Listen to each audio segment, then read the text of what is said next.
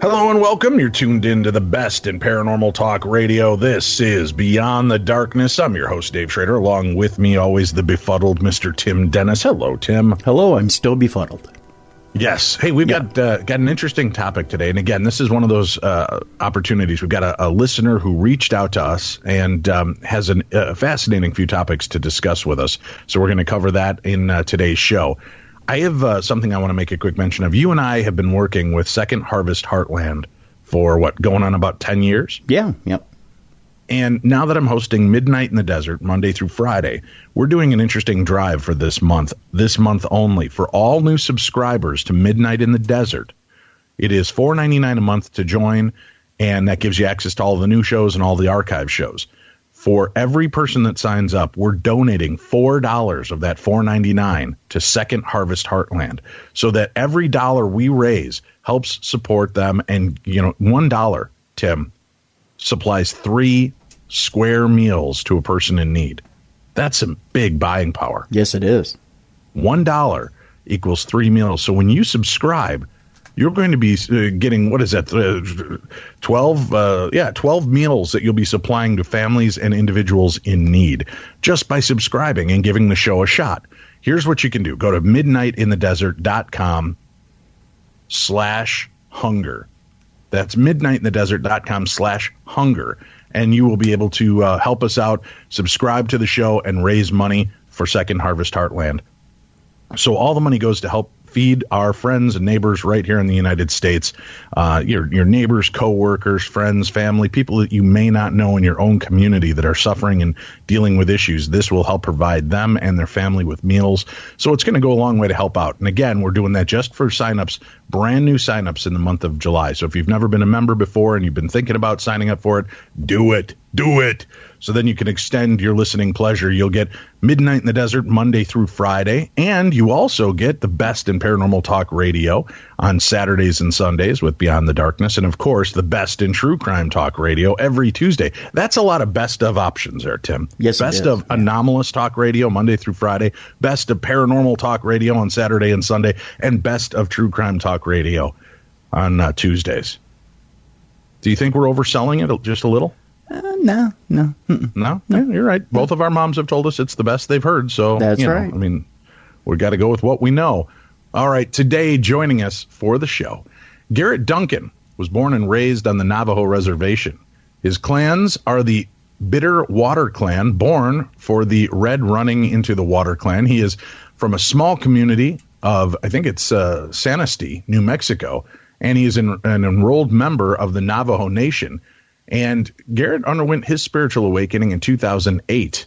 We're going to hear about that, hear about his life, and he's here to chat with us today regarding Sasquatch and the Star Language. So welcome to the show, Garrett. Thank you so much for being here today.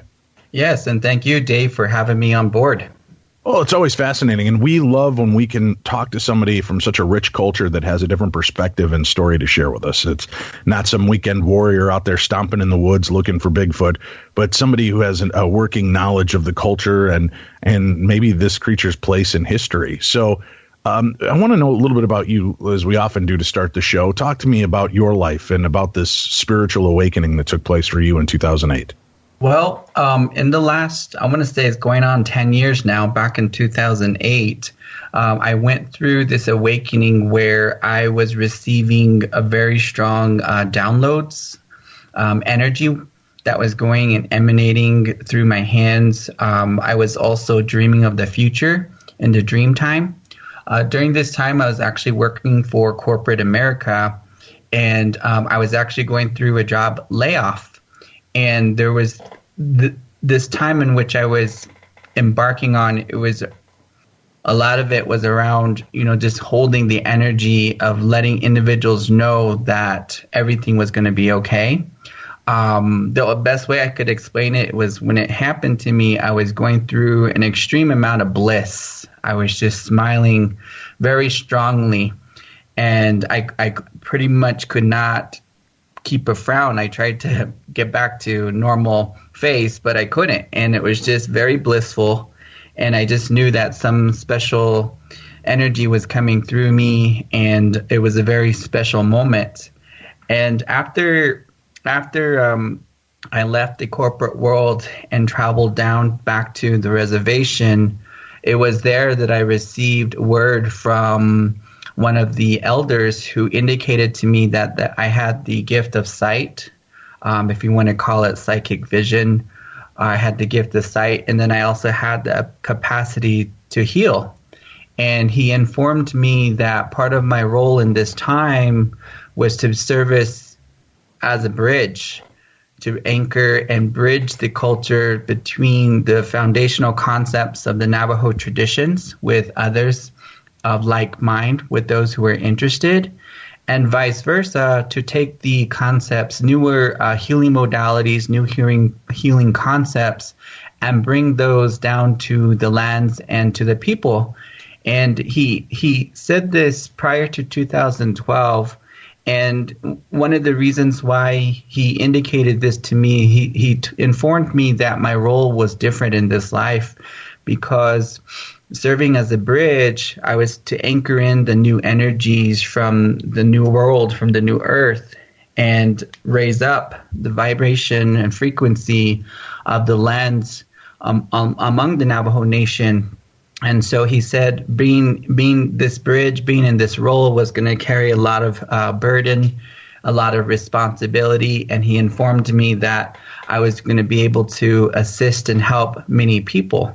And I'm sure he saw it when he provided this insight. But what he didn't tell me, and I look back and I kind of laugh at it, is that he didn't share with me that being this bridge was also to be considered an ambassador between the Star Nations and also Sasquatch.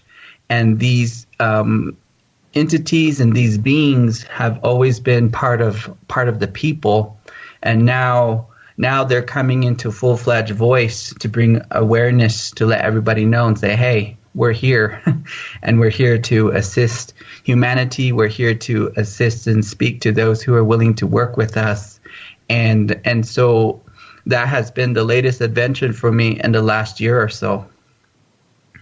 This kind of awakening and informational download that you received, is this something that, I mean, had you felt this resonating throughout your life, that you had some kind of connection beyond just this mortal plane? Oh, yes. As a child, I've always had that insight where, just that sense of knowing and feeling, definitely with the empathic part of me, extremely sensitive to shifting in different environmental forms. I remember I used to cry a lot whenever I was under pressure to help release the energies. But deep down inside, I would watch these movies like Star Wars, or I watched Star Trek, and I just had this knowing. I just knew that the galactic forms and the entities and the space beings and ETs, the UFOs, I just knew deep down in myself that the galactic part was for real, that these beings were very much alive and very much in connection and communion with Earth. And early on too, I remember also feeling that I had I forget which movie it was that I watched about Sasquatch, and I thought, wow, this is a very fascinating being. And I just kind of knew then and there, I was like, okay, these are resonating with me very strongly. All right, you've got these kind of innate connections already. Would you speak to your family about them? Yes, I've spoken to my siblings, my sister. When I spoke the star language to her for the first time, and she's sensitive and she has her own gifts, and she said she could feel the vibration that was emanating out. And then I spoke to her about Sasquatch, and she said she was open. But there on the Navajo Nation, Sasquatch in particular, there are a lot of stories down there about the Forest Nations who've come and assisted the peoples, especially during the hardship times, during the times in which there was war occurring between all the different tribes and factions. And so there are stories about survivors and runaways to where Sasquatch would actually intercede and would assist the people and would assist those, especially children, would assist them. And there's one story in particular where they went, the Navajos were marched down to Fort Sumner, away from their homelands, and their family had to leave the children behind. And these children were special needs children and children that were considered handicapped, and they had to leave them behind. And their family members came back 4 years later, and they realized that the children are still alive. So the children had shared with them the story about a big hairy man who would come and be with them, would come and share with them what type of foods to eat in the form of plants, and then would also bring them different toys to play with. And they've always had a warning system, is what they indicated, to where they would knock on the trees or they would knock on pieces of wood anytime that there was danger around, especially when soldiers were in the area. So they were apparently taken care of by this being. So there on the reservation, there's a lot of stories about this. And having that told you and people kind of sharing that this has gone on, is the idea of Bigfoot a pretty common knowledge across the Navajo tribes, or is this something that they don't talk about openly or only a select few know about? Yes, it's a little bit of both. It's kind of common knowledge, but they don't talk about it because it's just one of those instances where the people, culturally speaking, they're very in tune, very superstitious. There's a lot of fear with their culture. And so whenever you go about talking about, Sasquatch and Bigfoot, they're afraid that they're going to be labeled as crazy. But some of the elders actually, they consider them holy beings, that they're beings there, and they're very much in alignment with assisting the earth. And they call them the land herders. So they're considered guardians. So they offer them prayers. They offer them different forms of offerings, and they ask for guidance from them. And so when someone speaks out openly about this in this way, sometimes there's a little bit of a backlash that happens culturally, because the medicine people and the elders usually indicate you're not supposed to be sharing this knowledge. But part of the role for me now, working with them in this manner, is that people are ready to hear of their existence in this way. So I've been going, all across the different parts of the U.S. and this country, letting individuals of like mind know that these beings are pretty much in existence and that they are working with us collaboratively. Why the secrecy still? Why is it considered bad to share this information with others? I think it's just premise around the notion of fear, a lot of fear, and it's more about the sacredness too. There's this notion and conception of power. And so they recognize there's a lot of power that is affiliated with the Sasquatch, and a lot of very strong medicine, and it takes someone very brave and someone very in tune to hold that frequency and to hold that medicine. And I for me personally, it's just more about the superstitious notion of it. It's just, you just don't talk about it. I remember Grandma saying that about a lot of different things, but of course, the rebel in me was always questioning her why. Right. But I never got my answer. All right. The superstitious notion of it all. Mm-hmm. Can you explain to me though, why was there superstition regarding the Sasquatch? What do the tribes and the people of the Native American culture believe that these beings are, and are they a danger? There are some stories that indicate that they are, but for the most part, I would say 90% of it is that they aren't. I think in a way, it's a way of also protecting them, that there's a communal relationship that is going on that has always been there between not just the Navajo, but all indigenous peoples of this earth, that they've worked with the Sasquatch in this way. So it's kind of a way of protection that we don't want any harm to happen to them. But a lot of it, too, also the Sasquatch have gone into hiding because there are some factions out there that are trying to discover and also trying to hunt and capture them.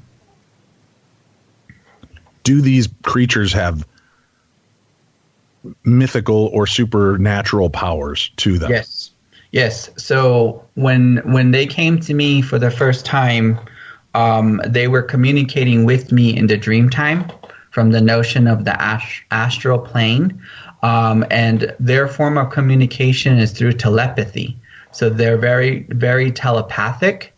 And so they were speaking to me in the form of telepathy, showing me images, sharing with me different messages about different things.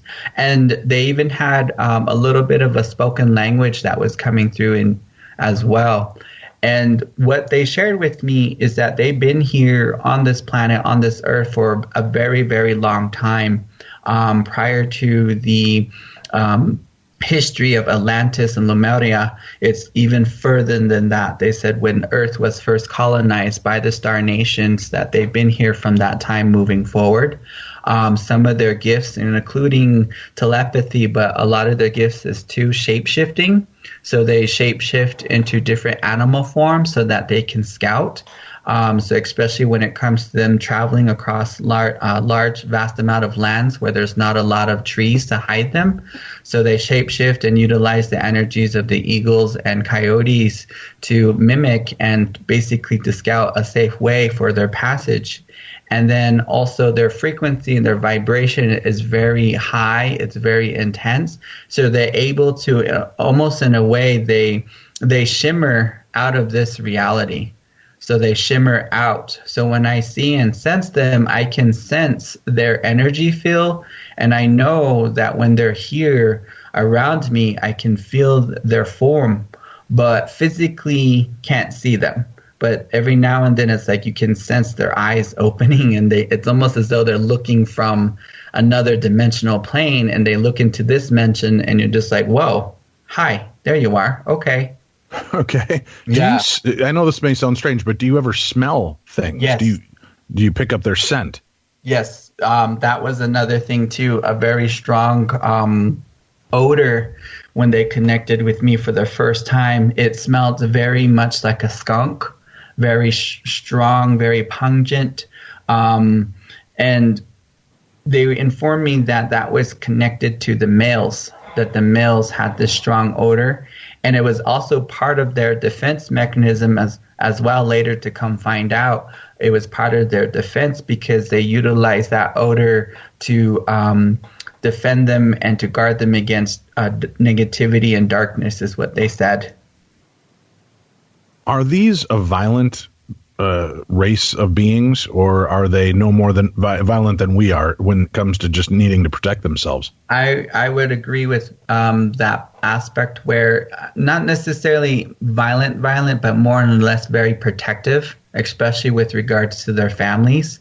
But there are some factions out there where they've indicated that they've been cloned and that they've been their DNA has been manipulated by other factions, and they are being hunted. That they're being hunted by other Sasquatch who look like them, but they're being hunted by them to basically get them out of the picture, to say there's no such thing.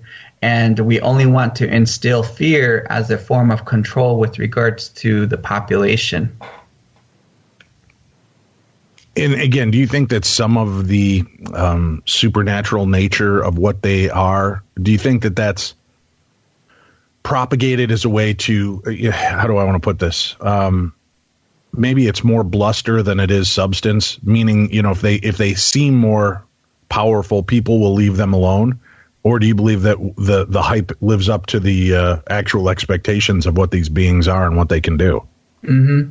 Well, I believe, just from my experience, is that I've seen, I've smelt, I feel, I can communicate. So I know that they have these abilities. I know that these abilities are there.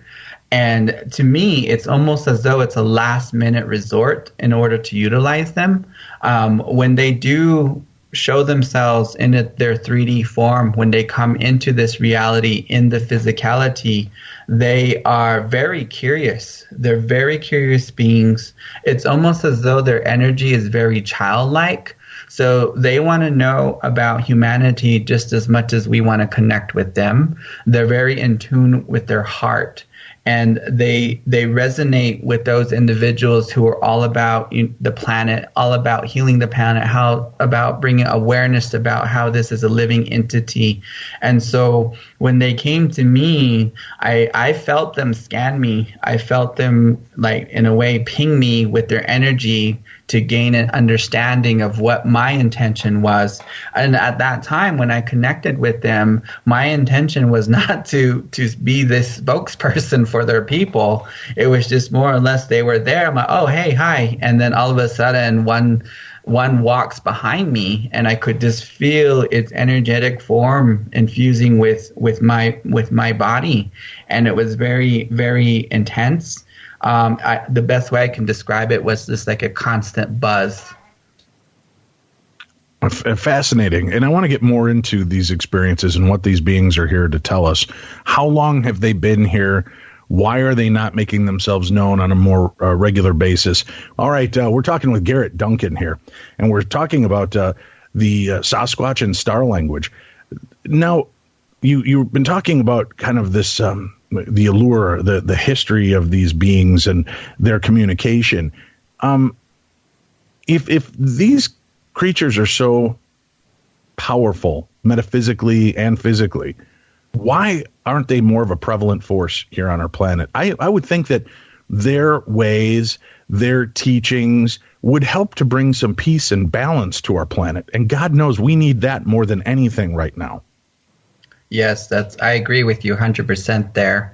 And what I'm hearing around this, and there's actually a Sasquatch elder who's with me at this time. He's actually my personal guide in a way. His name is Uniak. And he shared with me that we've been waiting. So we've been waiting for this time to come into existence, to come into manifestation when the people are ready. And what he's referring to, when the Sasquatch address us, the human beings, they call us little brothers and little sisters. They see us as their family, as their connection. And so in a way, it's almost as though from that perspective, because they're the elder brother, they're the elders who've been here on this planet for such a long time, they can intercede and help to an extent. But because there is the universal law of free will that's here on this governing planet, it's the one that runs and dictates whether or not they can intercede. And a lot of it really is what they're doing is observation. They're observing. And they are waiting for those moments in which they can bring enlightenment or a new understanding and awareness for those who may be seeking wisdom. And so they pop in here and there is what Uniak is sharing with me. And it's more about the people in the sense of their vibration, their hearts. If they can come out of the ego and be more in resonance with the heart, those are the ones that we are most connected with. So he just indicated this message. Okay, so he's with you right now. Yes. All right. When I'm speaking with you, can he hear the message or the questions that I ask, or is it just go through, like you have to translate to him? No, he hears it. He hears you right now. May I ask a question or two? I've never done this, but what the hell? How often do we have a Sasquatch, Sure. in attendance? We hear a lot from alien races and other races that once mankind has come to an understanding, once they have received peace and are willing to be more open, that you'll make yourselves known, or there'll be this great awakening. You've been here for centuries. You've seen the way man works. We're not built like that. We don't do good things. We do it in small scale. To believe that at some point this will ever open up globally to a consciousness and a moment of peace, I don't see ever happening. I think the closest was on 9/11 here in the United States, when for one short period of time, we weren't against each other. We were one country, one nation under God, whether it was the God or the little God. We were together under one edict that this is our country. And we were at that point. Why did the aliens, why did the Sasquatch race not step forward at that time to help us with healing, to make themselves known, share their wisdom, and help us at that point when we were looking for direction more than ever before in history? Why did these races not step forward in a more prevalent way to teach us and bring us to the light? And Dave, I'm just going to channel this for you. And what Uniac is sharing here on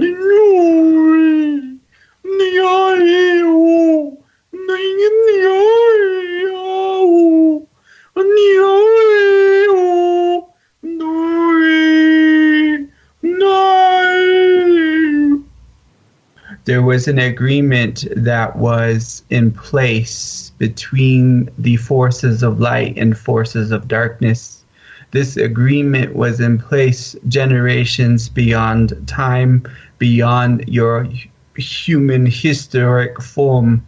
And in this time, this agreement was made in the form of a project so that this Mother Gaia would be able to come forward in this time of ascension to allow all peoples, all her children, to move forward into another timeline that would be more in resonance with those who are of the heart. And we have observed in the very, what you would call the minute timelines that have been placed here from your human perception, but there are many different forms and many different aspects, many different dimensions that come into this cosmic, what you would call, playing board. And so I am doing my best to answer your question in this way through younger brother here. You have people like me that want to spread this word and propagate peace and understanding and a global consciousness. How can Tim, my co-host, producer, and best friend, and I communicate with you directly? How can we get your wisdom and interaction so that we can use this platform, this radio program that we have that's shared around the world, so that we can reach the people that are there, that are open-minded and willing to hear this?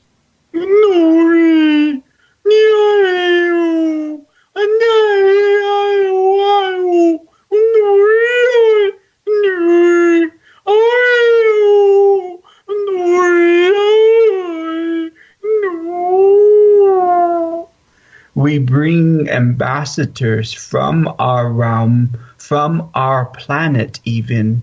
We in alignment with Star Nation. We align, work with Star Brother, Sister.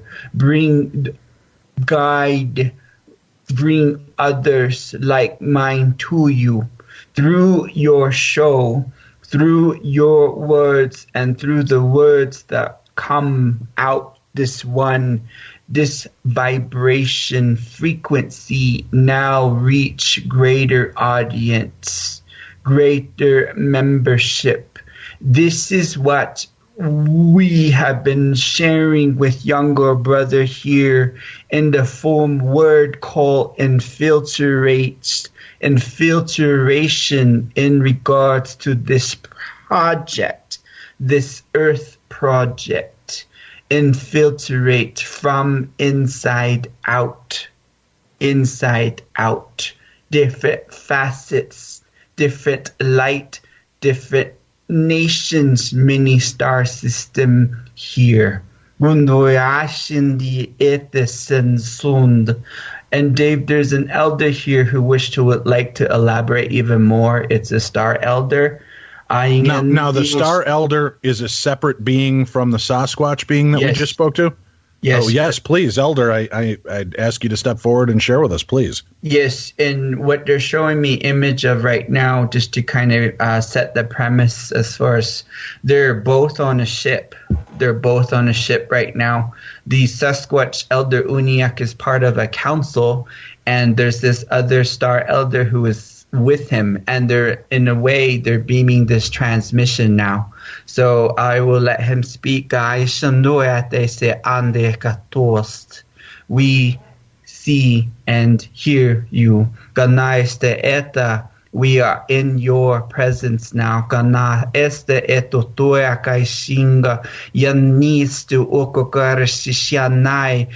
this one had indicated, we are above you at this time.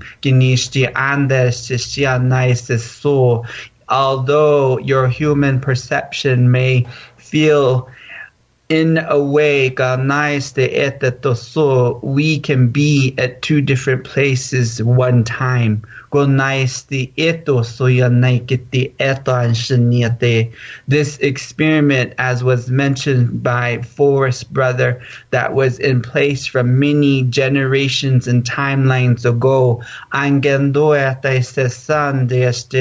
is very much in connection to the 2012 projection and what was supposed to happen. But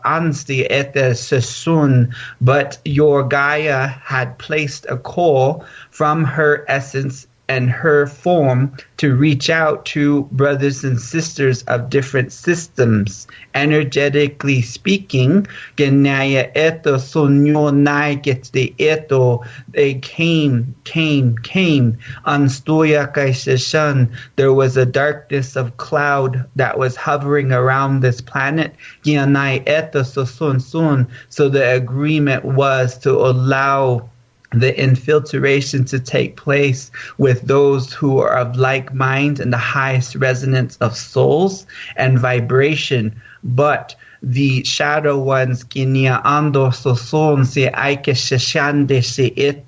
had indicated that we will allow this to happen, but we wish that those who come to this planet would forget their memories from their star selves and once again remember, reactivate themselves into the galactic forms that they are. And many different, what you would call soul groups, were incarnating on different aspects and various forms of the land to bring about this change. Prior to this, there was the shadow ones who've been operating on this planet, but they now know that their time has come to an end. Now, between those languages, are you speaking Navajo? Or are those the star languages that you're speaking as well? So that was the star language that came through from this elder. And just to kind of give you differentiation, Navajo, I'll introduce myself to you, how we do it amongst our people. Yat eshe e Garrett Duncan yinishye. Todich eatni nishlido tachini bashes chin na kaidene dasha cheho wan planet dasha nale. Tes na as the ayasa nasha achot ayat the nenashlon. So you probably can kind of sense the variation between the Star Elder versus the Navajo language. Now, the Forest people, the Star Elders, Forest Brothers, I think they called them, have they always been in an alliance? Or yes, are the Forest beings, are they just an offshoot of the Star people? They're all part of the same collaboration, what they're sharing with me. They're part of the councils together. So even though they're considered separate races, separate entities, they still work with the Star Nations in the form of traveling with them on their ships. So Sasquatch said that they have several other planets out there, and they come through the different dimensional highways, through the star portals and through the tree portals that are here on this land. Well, is there a way? I would like, especially if they make themselves known through dream connection. Is there anything special I could do to get myself into that mindset so that either one of these elders could communicate with me or with Tim? Mm-hmm. First of all, you've already given them your permission by wanting to take this to the next level for you. So Uniacke said that there's 2 guides now, 2 spirit brothers in the who are Sasquatch, who are coming into your area, coming into your energy field. And when you are dreaming tonight, you got to program your conscious self to remember the messages that are coming through. All right, I will do that. I'll keep a recorder next to my bed for the next few nights, and if any of these messages come through, I will try to write them down or vocally record them so that I remember. Being open, I know there are a lot of people out there listening that have this sense, Duncan, that they want to, Garrett, that they want to make these connections, but there's still that innate wall of fear. That if I give them permission, if I let them in, is this something a trickster's or something negative that could happen to me? How do we get past that base fear and make these connections? Because maybe that's what's killing off the opportunity for us all to excel and ascend is our fears. Yes, it is. It's part of the process. And very simply, Sasquatch has been giving us messages about being simple, to play a lot. And so when we were down on the Navajo Nation last year, out in the middle of nowhere, dirt roads to get there, it's completely pitch black. We had to go out and meet them, and they said pretty much to get into the right resonance, they said to sing. They said, sing a song, whatever the song may be. We were sitting up until 11, 12 at midnight singing these songs. And by the time we were done singing, we were in a different heartfelt resonance. And it was like, oh, silly human, there's no need to be scared because here we are singing happy birthday. And it's putting us into a different mindset. So very simply, that's what they're indicating, to go into that more childlike wonder, the inner child, to allow this child to sing or hum, and it puts you in a different vibration for you to receive, and it diffuses the fear. We need to go to a break and theater of the mind here before we lose that connection with the Star Elder and the Forest Brother. Is there any other messages that they have right now that they would like to take advantage of on this show to share with our audience? There's a different elder that's coming in. She's female. Andera sunya nia sai eketu hesti endera suya kande te su unda hania nuri shishia ande sesande ke testu ya nuri shishia ande ke te son sonya ke testi eto ya ni siana ke te unduri shishia ni si o hania ke testu unduri shishia endera sunya nai ke stone. And pretty much what she indicated with this message is for each of your listeners, and us included, all those who are listening presently, is to more or less to feel the vibrations that are emanating out in the form of these words, in form of these languages, and to trust your inner knowing by allowing your heart to feel. What is it about this feeling that is coming out? All of a sudden, almost in a way, it's like your vibration and your energy and your feeling feels different. It's an understanding that is emanating from our heart rather than from the mind. So allow yourselves to smile is what she's saying.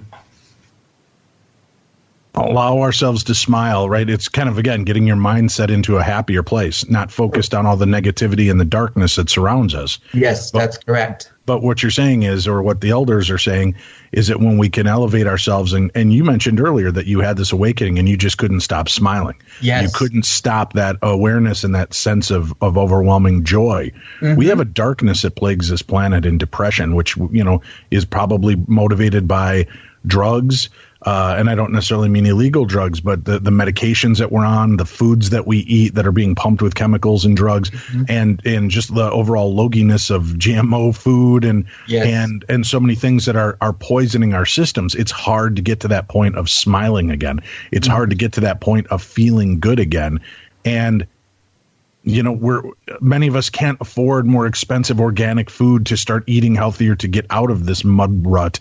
Many of us can't get to that point. How do the elders, and I'd love to hear from across the board, the Forest brother and any of the Star elders on that question. How do we break free from the physical constraints and limitations that we're given here and allow our souls to excel so that we can still feel this happiness and this connection?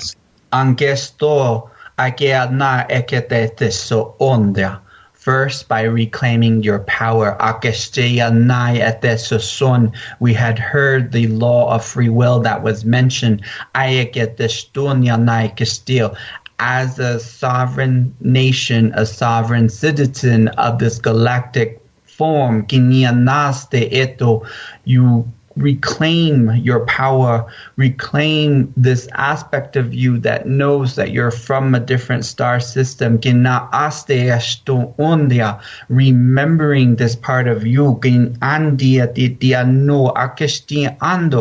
And once this has set in within your frequency, each of you has already been encoded in your DNA, in your form, and in your energy. Or feels ka anstia yetesha andia no hakia sansia, been waiting for those moments which triggers these memories to come into full-fledged awareness in your rationale. Akia no akesti eto soyania aketea, and from this this new perspective, angeste eto hianora solerai estia ando, the solera, our star system now, our sun, this energy is in us.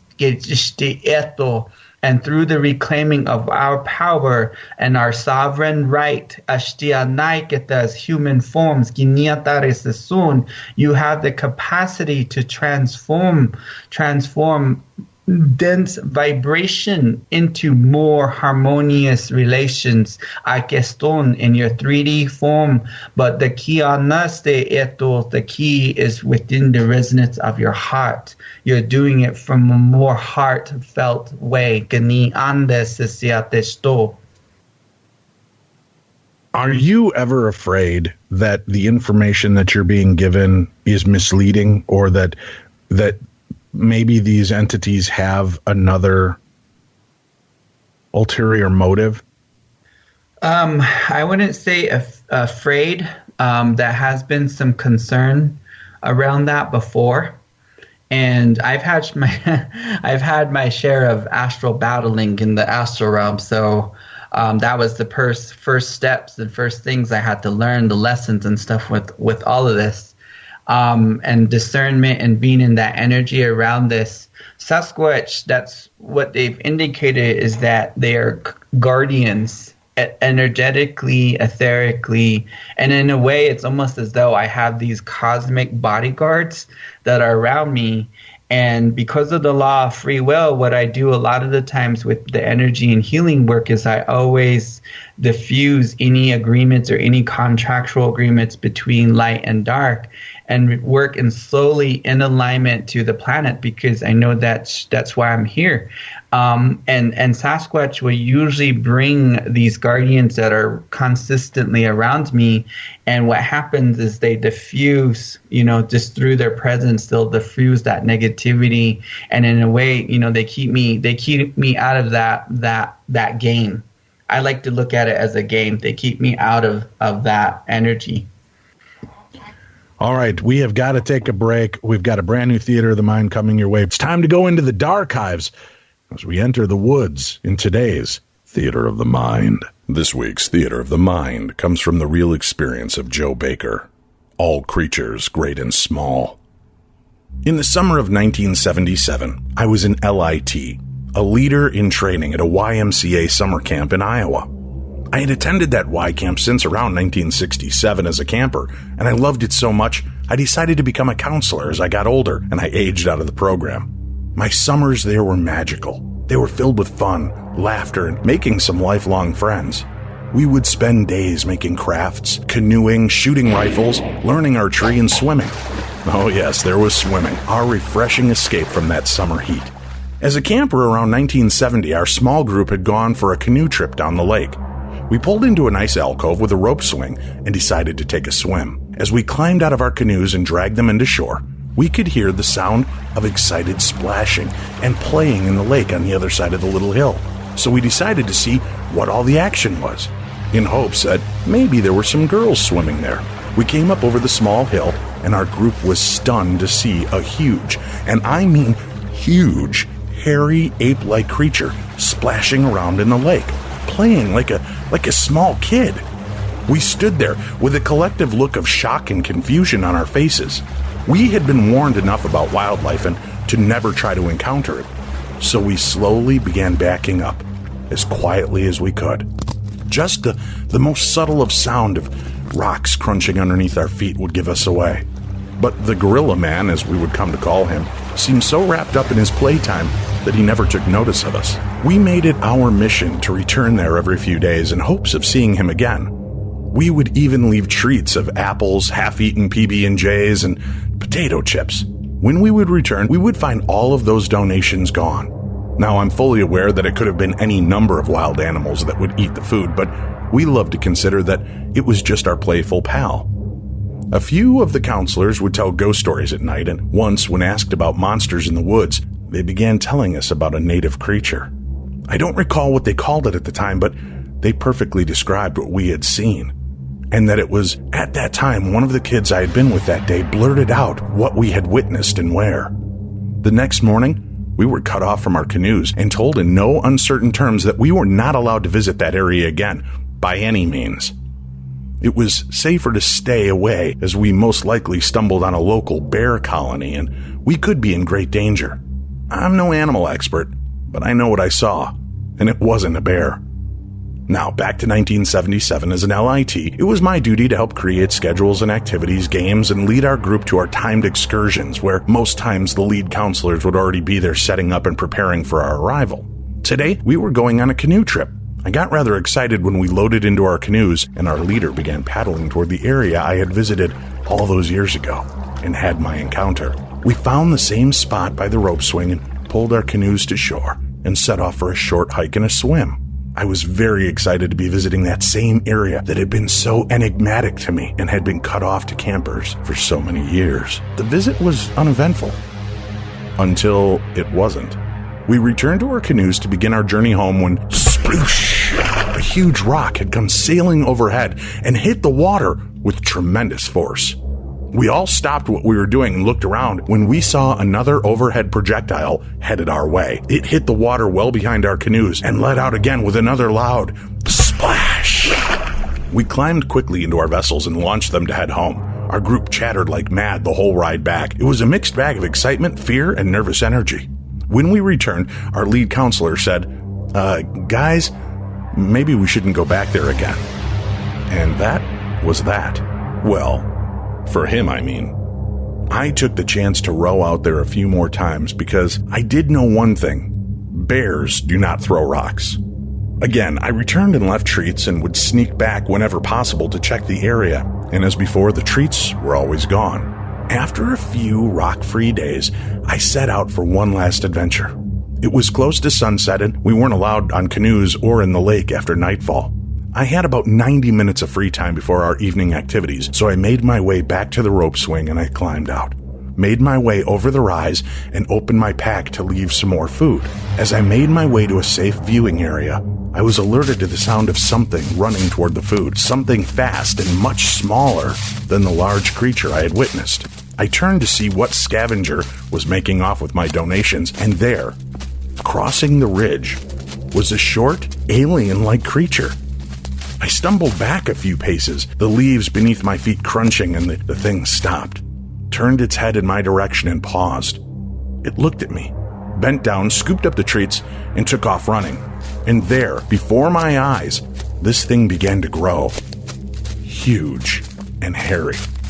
I was watching a surreal version of Darwin's theory of evolution chart in an animated live view. It went from a small, scrawny, hairless creature into a hulking behemoth in a matter of 50 or so yards. Then it dashed off into the woods for seclusion. I turned and ran as fast as my teenage legs would carry me back to the canoe, pushed off and paddled my ass back to camp. I was excited and terrified at the same time. I was bursting at the seams, wanting to tell someone of what had just happened, but I thought better of it. I couldn't sleep that night as I lay in my bunk staring out into the darkness, trying to rationalize what I had seen. That's when I heard the footfalls of something large headed through the woods, heading my way.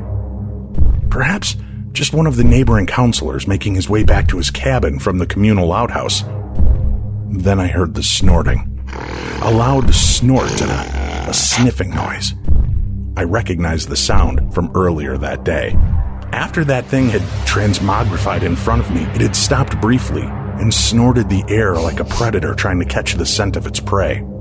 Then, it strode out of the woods, walking directly toward my cabin with purpose. My heart was banging inside my chest like a jackhammer. I could barely breathe as it strode even closer to my cabin. I whimpered,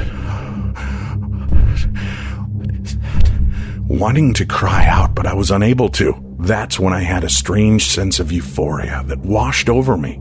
And I could swear a calming voice filled my head, a voice that reassured me that everything is fine. You're in no danger. The creature got very near my window and stared in through the screen at me. It then bent down and set something on the ground. It stood upright, snorted quietly, and gave me a strange grimace. I got the feeling that it was trying to smile.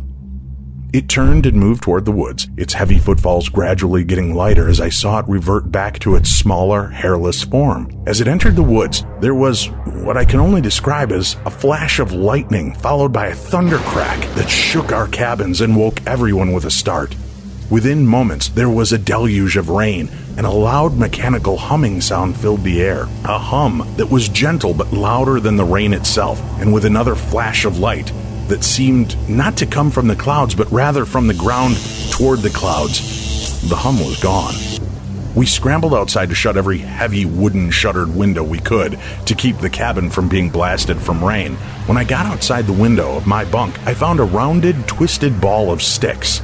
I picked it up and finished my task of closing the shutters. I returned to the cabin, and we all sat around excitedly talking about the storm and the ferocity of it. I eventually fell asleep, holding the twisted ball of sticks. That was 40 years ago. I still have my gift displayed on my shelf in the study. I cannot say what it was I saw, but I think a lot of people have it wrong. I don't think the things that we see are separate. I think that they may all be a race of shapeshifters that have been here for centuries and will be here long after we are. They're survivors. They adapt. They're magic and the creatures of folklore and fantasy. They are what they need to be to survive.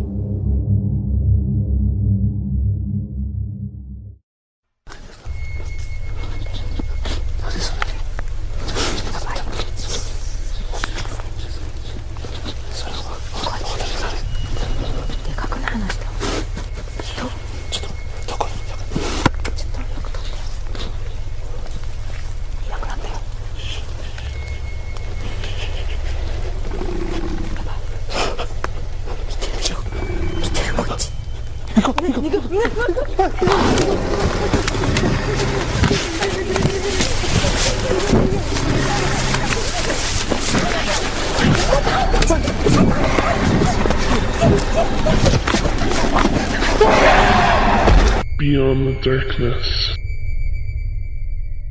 Welcome back to the show. This is the best in paranormal talk radio. You never know what's going to happen. We invited our guest on today, Garrett Duncan, to talk about his understanding of Sasquatch, the Star people, and in an impromptu session, we had a chance to speak directly with a few of these beings. I didn't even know that was something you could do through channeling. Do you channel often?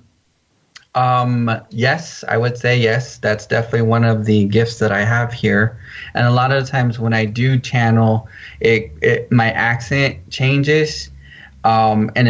Now that I'm starting to speak and channel more and embrace the star essence and star language, I'm noticing that it's even hard for me to even speak English anymore, because it's a difficult language in a way, because what the individuals are sharing around this is that the vibration of the sound of English is very mixed up. It's not fluid and not as flowy. And so there's a lot of rationale behind the vibrational element of this particular language. And so they've indicated is that when I just go into the zone and start speaking, it comes very easily for me. It comes really smoothly.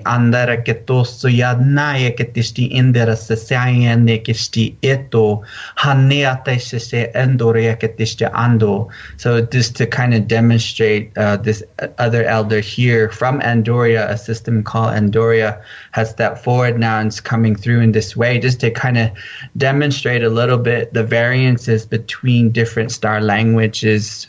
There is another one too that's coming forward real quickly, Dave.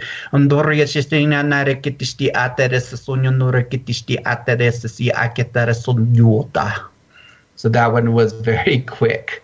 So they're happy to play. What was that message, or was he doing the name game on me and I didn't know it? What did he have to share? Oh, so this one. Oh, okay, hold on. He's coming back again.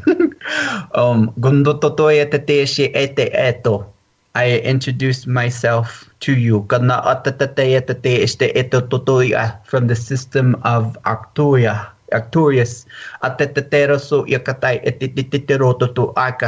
So the Arcturians communicate very quickly, and they actually were the ones that helped.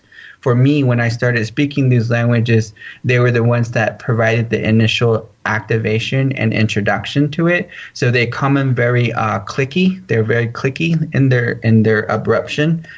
When I think of the Arcturian energy, it makes me think of, it's like, okay, it's almost as though they have ADD times 10.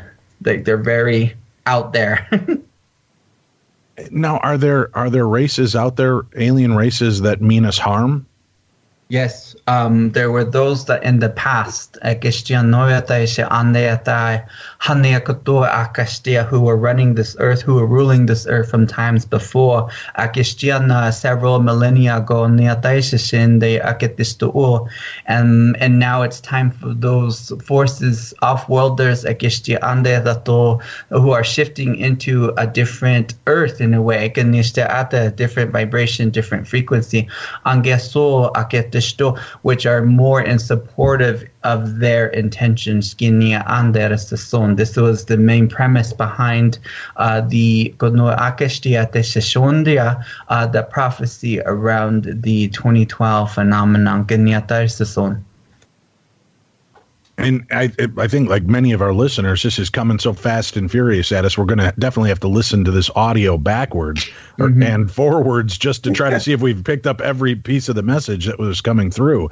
And I did mention to Tim, I said I would love for him to isolate the audio. And I know there are a subset of people out there that roll their eyes.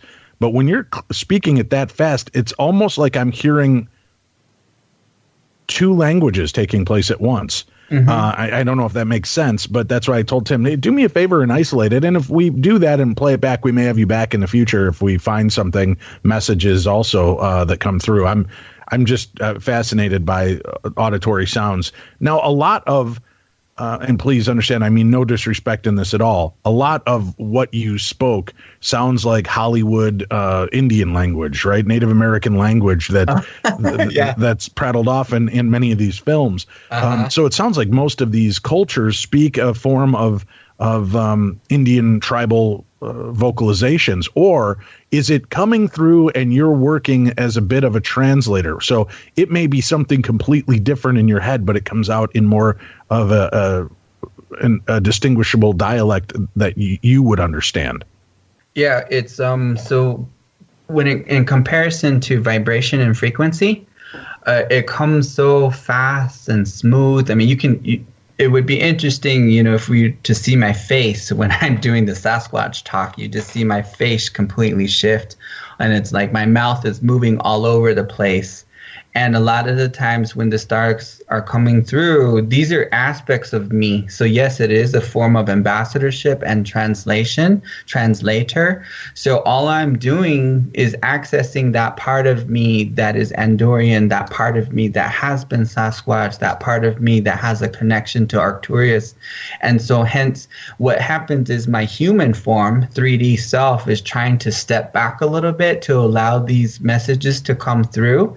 And now what I'm doing is trying to retrain the 3D form to pause and say, okay, pause a little bit, catch up. What is the quick translation of all of this? So that's why I have to go very quickly, because conscious form, I want to maintain the purity of that message that's coming through before ego can latch onto it and start questioning. That's a fascinating aspect of that, right? Because if you slow down the translation, you have a chance to interject and say what you believe. Mm-hmm. And sometimes, too, it's right. hard during the translation because it's like I slow down enough, but then there's nothing in the English language that captures the true essence of what is coming out.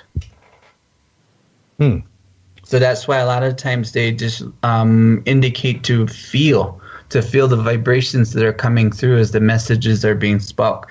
And they said a lot of, not necessarily to try to understand them, more or less to feel them, because the heart resonance will know. The consciousness of who we are as a multidimensional being, the heart consciousness will know.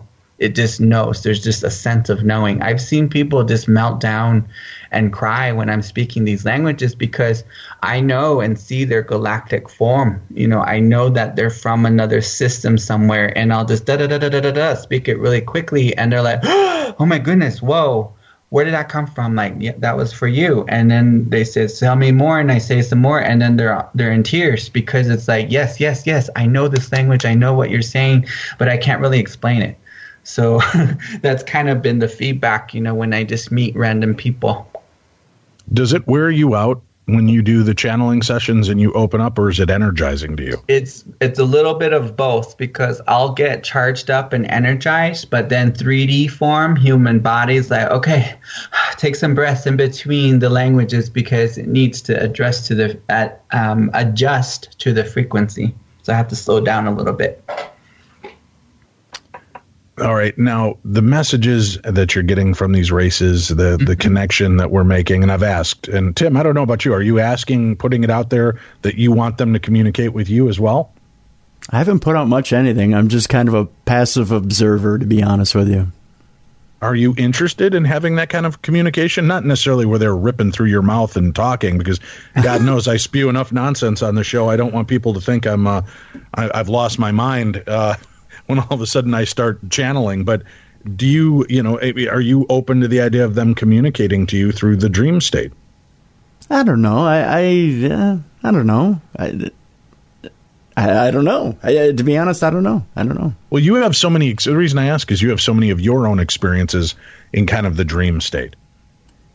And it seems that that's your strong point. I don't know how I would react to something like that, to be completely honest with you. I don't know if I would dismiss it as a dream or I probably would be so skeptical I'd just dismiss it as a dream, to be honest with you.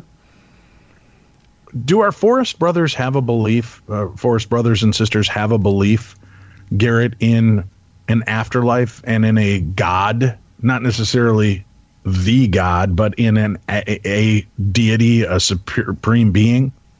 They address them, they address that source, like most star beings do. They see it as this either prime creator or as prime source. Okay, and these beings in the belief of this source, can they give us any identification of what source really means? That's such a kind of a broad stroke word, and in today's lexicon, it sounds very metaphysical, woo woo. So it's a way to get around calling it God or Yahweh or Buddha or Allah. But what exactly does it mean to communicate with source? Is it a conscious being, or is it a collective of many consciousnesses? It's a collective of many consciousness. So Sasquatch, when they were connecting with me through the form of word, they have vocal cords, and that's why you may hear them. Some videos out there, you can capture their songs, and I actually have a song that they shared with me. And they sing and hoot and sound like coyotes and owls and whatnot. But one of the limitations with their vocal cords is they said that it's hard for them to actually form words. So they can emanate certain sound qualities and scream and yell, but then we interpret that as like being aggressive, but it could be them, all they're doing is trying hi, and that's their laughter. So these vocal cords are limit, and when we speak to them, when they hear human sounds, they actually enjoy the sounds of our voice because, especially if we're singing to them. So in a way, they envy us because we have that capacity. And so this word that they share with me is called Unanki, the Unan ki, meaning the all-encompassing all is all from within. And I've interpreted that to mean the cosmic star essence, the cosmic starlight of who we are, that this essence is in us. It's the form of spirit. It's making me see an image of like a rotating galaxy, and it's the center of the galaxy. It's that primary star that is causing all the other star systems to form around it. So that's the images that they're sharing with me now, that the best way to answer your question is around this. So, we're always looking on these shows of trying to find a way to communicate with Sasquatch. You say they enjoy kind of this music. If we went to the woods and played a music, songs, do you think that they would be more likely to make themselves known to us? The trick with that is you have to be in your heart. You have to be in the resonance of like innocence and childlike and curiosity. So when you're singing out in the woods, first of all, they're going to ping you. They're going to know your intention. If it's out trying to capture or whatnot, they're like, oh, okay, they'll mess with you, right? But if there's some true sincerity there, because they're listening right now, because I could feel them, they're indicating that it's in your intention. So when you go out into the woods, what you're going to do first is you're going to telepath to them. You're going to indicate, this is, I want to communicate with you. But more or less, you're just sending them appreciation, gratitude, and love. And because it's like, all right, out of the 8 billion people on this earth, there's this one human who's really, being in alignment with my heart right now. So they're going to be curious about it, and then they're going to step forward in their physical form, but in their multidimensional form, they're probably already right behind you. They'll feel that shift in energy if you're because I would love to have a full-on encounter, a physical encounter with one of these beings, and if it takes going into the woods and singing Barry Manilow from my heart, I'll do it to have that experience. Is there if I go out there and I start wailing Nickelback or Steely Dan, are they going to avoid me like the plague, or is there just you said that they share a song with you? Are you open to sharing that song with us and singing it in their language? It's definitely in their language, but it's more it's kind of like you would sing the child songs. So the Happy Birthday to You is a very common song that you can sing, because what it's doing is to put you into that different heart resonance, into that childlike wonder. So but you sing it in their language type of thing? No, you can sing it in English. It's fine. It's however it is. Whatever song it takes to get you to that heart resonance is what they said.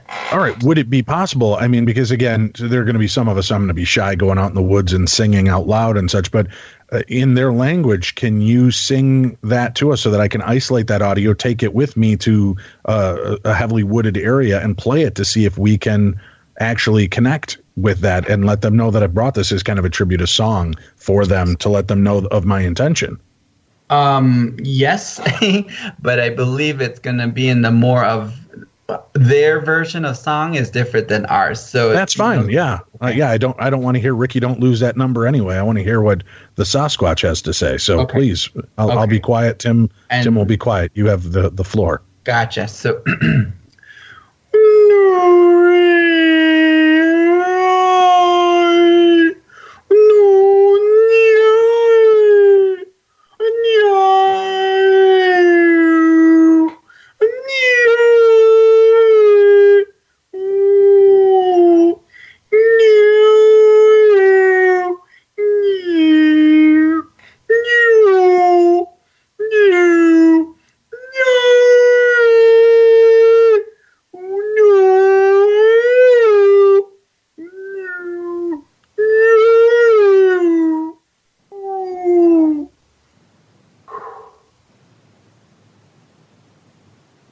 All right. Now, I left it a little quiet after that because I'd like Tim to isolate that audio, and I will take it into the woods. I've got a bunch of teams that are asking me to investigate, and I'd love to just play that and see if we get any kind of response, from a being. But is the problem if I go with a group of people whose maybe hearts aren't as pure, that will keep the moment from happening? Yep. The answer to that question is yes. That will also impact your connection. So a lot of times everybody has to be in that same heart resonance. They have to be in that same childlike wonder in order to make that connection or to get the feedback. Because if there's any malicious intent whatsoever, they'll know.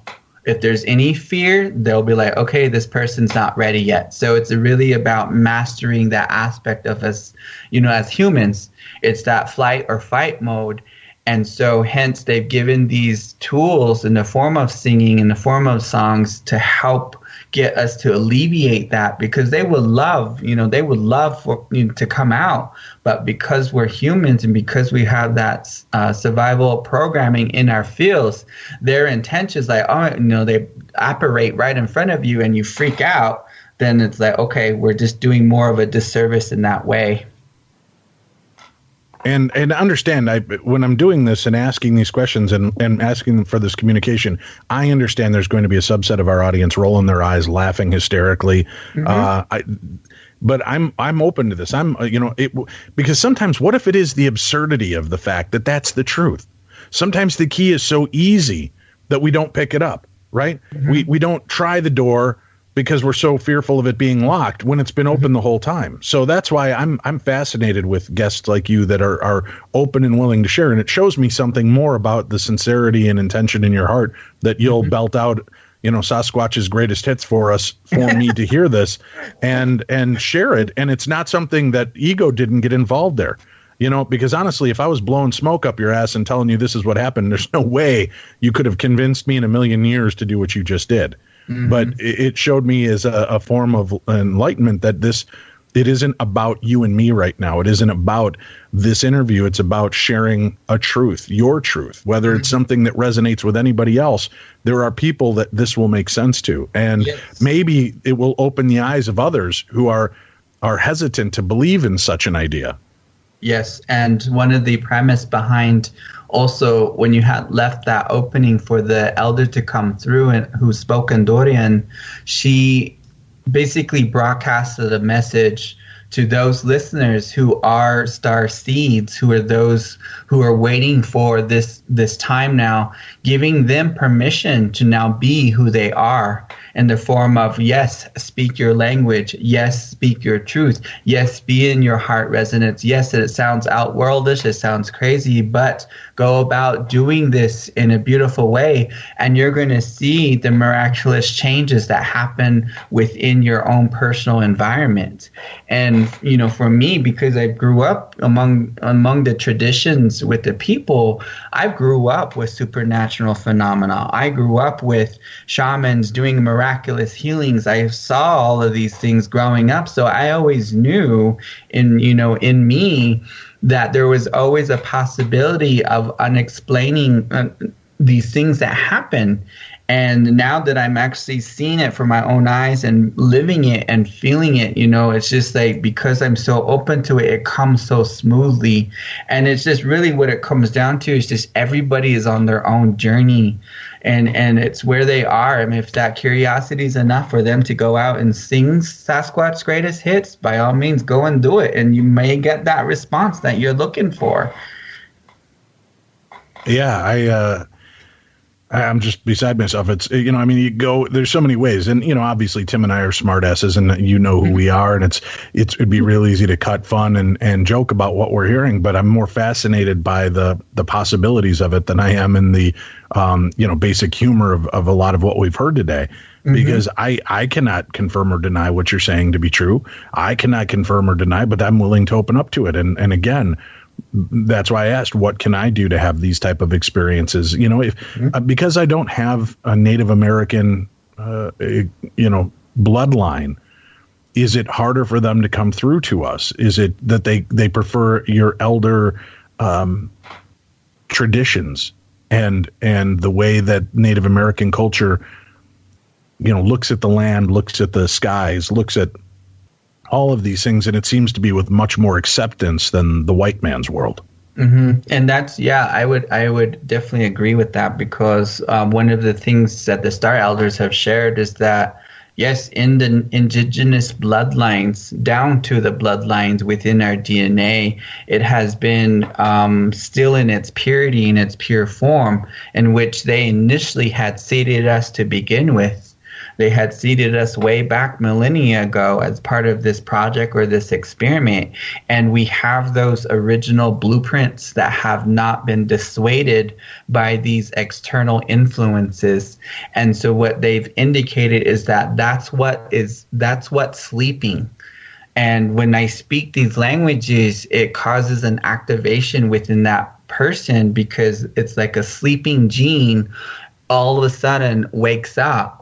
And they're like, I know this to be true. Something, I can't explain it, but I feel it within my soul and heart. And whatever you're saying just resonates with me so much. And so hence, with those type of experiences that I've had with individuals who come and see me, for the most part, they walk away crying, because they're like, oh my goodness, this is what I'm looking for. This is what I've been waiting for many, many, many times.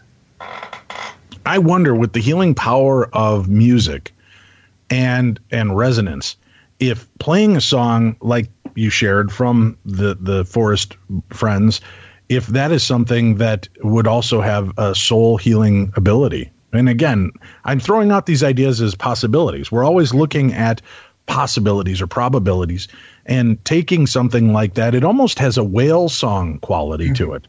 Yes, that's I know confidently if I play that for my kids, they're going to think Dory is singing to the whale from the Finding Nemo movie, right? But it has that same kind of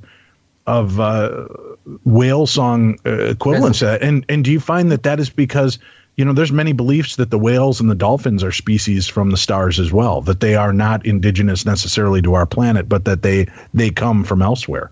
Yes, and so yes, Sasquatch did say that their language is very much in tune with the whales, that they are more of the land components of whales, because part of their job as guardians for the planet and for Mother Earth is they're helping to realign the energy points and the different portals and vortexes and the ley lines that are all across the planet. They are here to help that, and so they use their calls. They also use the knocking, but they also use the trees as a form of a system, like portals, to transport themselves from one area to another area. How do they do that? How are they using the trees? So I guess the best analogy would go back to the movie Avatar, and how they talked about the mother tree Ewa and the planet that's living, that the root systems within the tree is interconnected with all other plant systems that are physically embodying here on Earth. And so therefore, when they're opening a portal, they're removing the density. All they're doing is they're increasing their vibration, their frequency, and the tree opens itself up, and then they have that intention to go where they need to go, and it just basically opens and then it closes behind them. And well, that would make sense on how they're there 1 second and gone the next. Exactly. But there are people, and are there portals near water base? Because people will see them near the water and then they're gone again. Mm-hmm. They're all over. Sometimes there's portals even inside rocks or around rocks, but pretty much they're all over the place. And Sasquatch has an idea where these big portals are, to move their families and to transport them into another plane, or else a portal that may lead them to connect with the ships that are above us, and they go into the ships, and then they get to travel to a different plane, different system. Oh, man, I just want to know more and more. Garrett Duncan, our guest, fascinating stories, insights, and a totally different interview than I expected, Tim. I mean, was this what you had in mind when we saw what the topic was today? No, not at all. Not in the slightest. It is. Right. It's refreshing, yeah.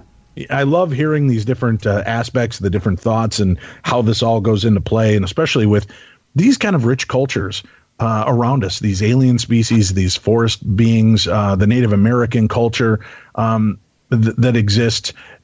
Was there ever a time, especially at the beginning, is there any oral tradition or history talked about, a war between any of these beings with the Native American tribes who might have been frightened at the time of what these beings were?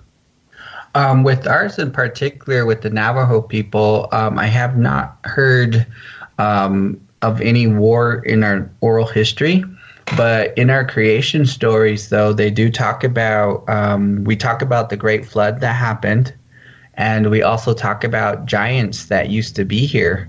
And so in this oral tradition there, that's where there's some similarities.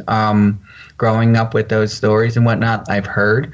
But more or less, it was more on personal encounters that I heard from a lot of the people, that they had different interactions with the Sasquatch in particular.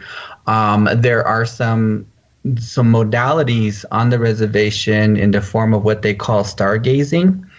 And these stargazers were medicine people who were considered visionaries, and so a lot of the times the people would reverberate back to them for guidance, for healing. And when I was tuning into this one time, because I was asking the question with my own Star Nation family, so what was this about? They said it wasn't so much about the stars. They said it wasn't the stars, that the stars were certain alignment. They said they were having communication with us.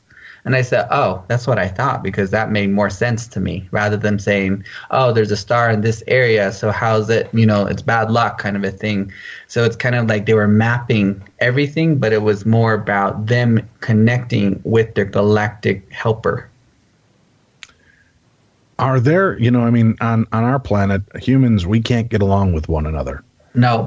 Are there warring factions among the aliens and among the Bigfoot amongst themselves? Not necessarily amongst the, Bigfoot against alien or vice versa, but are there different tribes of Sasquatch that don't get along? Not anymore. What they've shared about their history in this way is that there was wars, there were clans that were warring on each other, and this was actually way, way back before the asteroid belt between Jupiter and Mars was even in existence. So that was their home planet. Not sure if you may have heard of this. I think they called it Marduk or Melduk, something to that nature. Marduk, right. And Sasquatch said that was their home planet at one time. And they also were genetically modified by the different warring factions of the star beings. And they said that they were given these abilities. They were genetically manipulated and given these abilities. And this is something that they don't talk about a lot of, because in a way they're trying to make things better now, and not so any indication around the notion of war. That's where they kind of take more of a precedence of just stepping behind and hiding and observing, and hopefully, humanity to get to where it needs to be, they'll start to learn to play together. But now now they're taking a more prominent role, especially energetically speaking, to connect with those who are ready and to share this awareness, to share their teachings, and to reestablish the communication, because there's even stories among different indigenous tribes that had trade relationships with them. So they had their medicine people or their clans would trade certain different herbal remedies that were not in a particular part of the land, and then vice versa. The natives would give them gifts, and they would have this relationship amongst the various clans and tribes. Tim, I don't want to leave you out of the conversation. I know you're fascinated by this stuff too. Did you have any questions that you'd like to ask? From a while back, and that is that I guess my question to you would be, when they first came forward, I got to think that you don't, for lack of a better term, you don't, or do you automatically just accept that these things are popping up and talking to you, or is there a skeptical part of you that thinks that maybe it is a dream, or maybe you are imagining things? Do you automatically take it?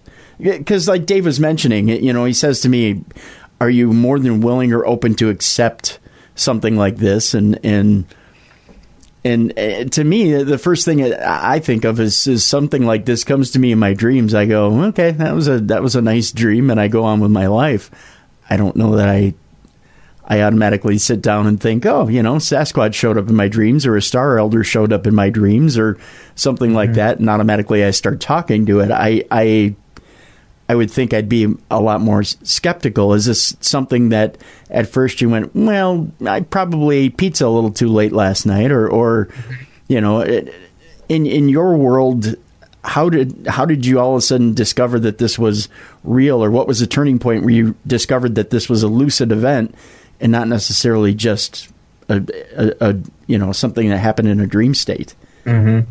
The intuitive part of me. So that aspect of me that can feel and read the energy signatures, that piece has always been part of me. So when I feel things come through, as far as these Star Nations or Sasquatch, I've always just kind of know that they're there, that they're communicating in this way. Initially, it starts off with this energy of fully knowing and trusting and coming from the heart, right? And then what happens after that is, after I have that conversation, or after it kind of fizzles out, and then you go back into what you were indicating about moving about your everyday life, that skeptical side comes in. It used to do this a lot when I was getting into my abilities and discovering this part of me. And what ended up happening is universe, along with the other friendlies, they would reinforce my initial trusting process by bestowing upon some type of synchronicity or some type of validation. When it came to Sasquatch, they knew that when I first saw them, it was actually at a conference. I saw this picture where they gifted a contactee in Tennessee a quartz crystal. And when I saw that, I just thought to myself, I go, wow, that's some real strong medicine if they're getting this gift from Sasquatch. So they knew from my mind that I've always wanted a gift from them in the form of a crystal.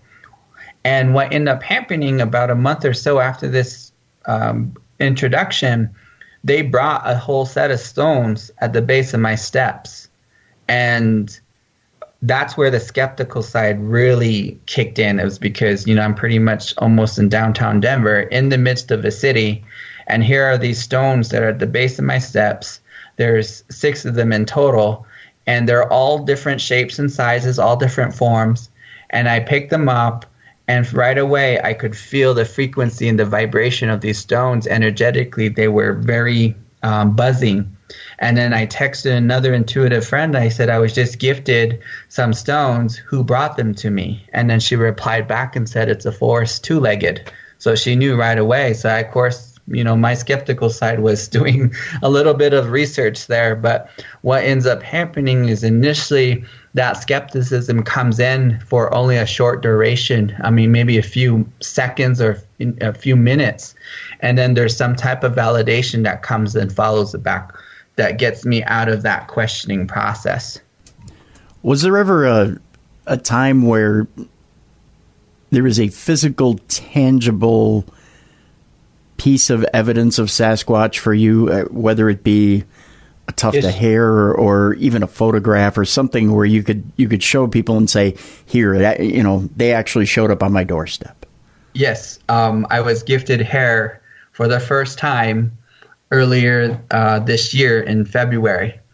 And this tuft of hair, I'm actually holding it right now because it's really a strong antenna connecting me with my guide Uniac along with the other elders who are here.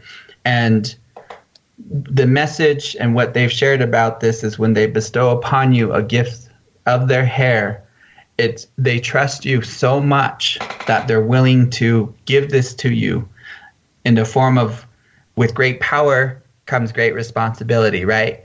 So it's that. So they knew enough about me and my work and what I'm doing here to help the planet, to help the people. And all it was is just that reinforcement. And this hair was, of all places, appeared in my office. It appeared there, and it was in these long strands that were white. And another intuitive said to me that my Uniac, my guide, he's a white Sasquatch because they all come in different colors. And he was white, so I knew that was from him. And when I picked it up and I could just feel the vibration that was emanating, I knew it was a gift from him. I knew he said, thank you so much for trusting me, for bestowing upon me this great gift, even though it was, it's your hair. And it was more than just one strand. It was enough to make, I braided it together and it looks like, it's like a whole string. It's a long string, and the hairs are very, they look like horsetail. I initially thought it was horsetail, but I'm like, why the heck would there be horsetail in my office? It's that consistency. And when you look at it in the sunlight, it's almost as though it's very hollow. And what Uniac told me is he said it's because it's them holding that high vibrancy of positive energy. So they need to have that fluidity of their vibration that's flowing in and out of their physical body. Does it have that same scent that you normally get, that skunk scent that you normally get? Oh no, it doesn't have a smell at all. But it just, to me, it's the same kind of consistency as a horsetail. So it's thick like that, but it's white. And is there a part of you, now that you've received that gift, that goes, you know what, I should almost turn around and have it tested, or do you hold back and say, you know what, they trusted me with this gift and now I'm going to hold on to it? Exactly. I don't have any inclination to get it tested because my truth is I already know they're here. So why would I need to go about trying to prove to others? Okay. But maybe that's why they gifted it to you, because they knew they could trust you so that this test could come through to prove to the world using you as the ambassador. Mm-hmm. That's a good point, and that's something that I've been kind of tapping into to see if it is time for that. And really what they've shared with me is that pretty much our governments already know about their existence anyway. They said a lot of this hidden truth and agenda, going back to what you indicated about a war and different factions, those things are pretty much in existence. I've seen some things, and I've heard many stories on the reservation about black ops capturing Sasquatch people. And it's interesting to see that there are all these kind of things that I would consider conspiracy theory, and then there's actually some truth to a lot of this, and it just blows my mind. It's very fascinating in a way. Well, then, could I, are the forest elders still with you there right now? Yes, they're here still. Could I ask a question? There's a lot of stories, especially there's a book series out there called Missing 911, talking about the many people that go missing in the forest areas and national preserves. And there's a belief that something mystical is taking place. Mm-hmm. Do people accidentally fall through these portals and get lost in the realm of Bigfoot? Yes. And it's not so much their realm. They're saying it's in an unclaimed realm, in a realm that is very gray area. So the people who get lost in these realms, they don't get found. They get found in other timelines. So the elders indicating that sometimes you'll see those images where that person is in a wrong part of history because that portal goes to a different time. Oh, see, that fascinates me because I've wondered that how many times people that show up out of time and out of place with no memory and lost and confused and nobody knows them. I often wonder if it's people that have gotten lost through these portals. Could the elder answer, with these people, is there any way to return them? They return, but they come back not who they are before they leave. So energetically, it's almost as though they go into this realm, but they forget every notion of who they are in that particular reality, and they come back into that reality, and it's like they don't know who they are anymore. They've lost their identity. Why does this happen? Why aren't those portals and those holes more heavily guarded? They do have some that are. But a lot of the times that's where kind of in a way the other factions allow this to happen because it's instilling fear and creating fear in the society. It's holding that notion of fear that we're being controlled by off-worlders. And this fear is what's keeping people from really surrendering and moving into the next phase of who we are becoming. All right. It just seems kind of, for a benevolent races and species, it seems kind of remiss for them to just leave portals open and not be more, careful with letting, Earthwalkers get through these things. And what the elder is saying is not so much they're leaving it open. It's more or less that they're already there. It's created by the Earth. We don't have a whole lot of time left together here, Garrett, but I want to get back into this and talk. Share with us, if you will, some of your other thoughts about this and work with Sasquatch. You've been gifted some really amazing things, gifted communication with them, gifted hair from them, gifted the opportunity to hear from them and talk with them. Why do you think Garrett Duncan stood out so much to these special races that they chose you to be a mouthpiece? Well, I think the quickest and easiest answer to that is that I just came into awareness. When you think of past lives, and this is going to really blow mind even more, past lives, I've had incarnations as them before, is what I was told. And that's why resonating, energetically speaking, this part of me, even though in this human form now in the 3D vessel, I've incarnated many times. I know I have, as medicine person, as druid, as Viking even. I've had all these memories that I remember. It's our Viking horn here in Minnesota. Yeah, from previous lifetimes, right? I know. And they told me that they went beyond because this is an aspect of me. This Sasquatch part of me was living in the millennia from times ago. So that's why now it's like you come back to have this human experience, but also to be this ambassador for the people, to be this bridge, going back to that theme of being a bridge, connecting with this aspect of you that has always been there. And then those other pieces come into the puzzle, with the star piece, the multidimensional form of who we are becoming as human beings. We're moving into this new realm of this galactic aspect.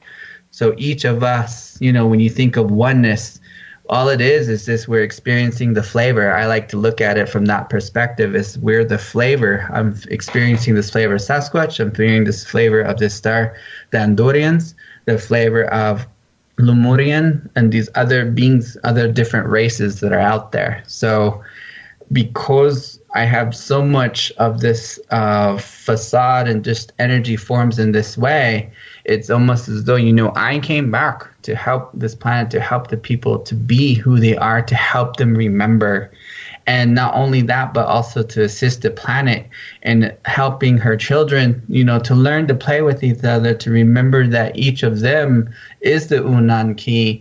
They are the cosmic starlight. If you ever wondered about, you being born in the wrong body, or being here on a planet and you say this don't feel like home, that's what I'm here to do, is to help you remember that connection that you had with the galactic aspect of you. So if people have that feeling like I don't belong here, that's normal, because they don't. You believe that they were from somewhere else. Mm-hmm. They just have another connection, another stronger affiliation with a different planet or a different system.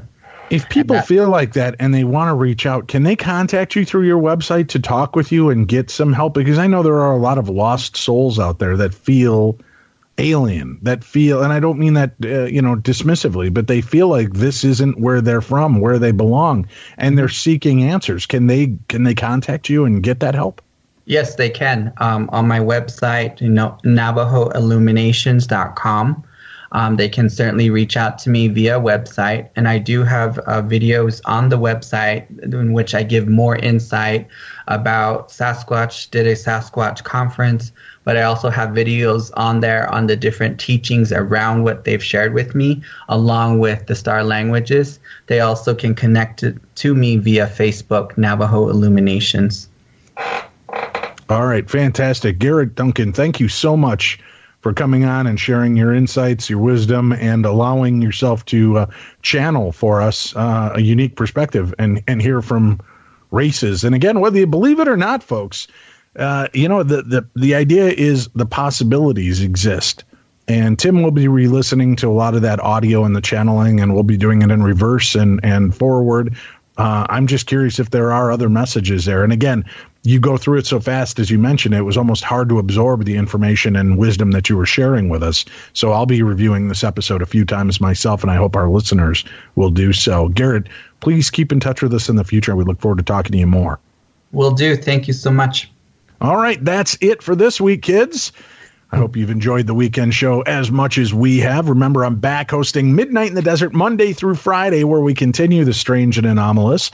You can check it out at midnightinthedesert.com/hunger. That's midnightinthedesert.com/hunger. Become a first-time subscriber in the month of July, and we will be donating $4 of your $4.99 to Second Harvest Heartland to help feed our friends, neighbors, coworkers, relatives right here in the United States that are in a desperate place and in desperate need of help. Every $1 we raise will go a long way to feed our friends. $1 equals 3 meals that will be supplied to a person in need in your name. So please make that purchase now. Go sign up for Midnight in the Desert, and your first month subscription, $4 of that $4.99 goes directly to Second Harvest Heartland. You can get all the information at midnightinthedesert.com/hunger.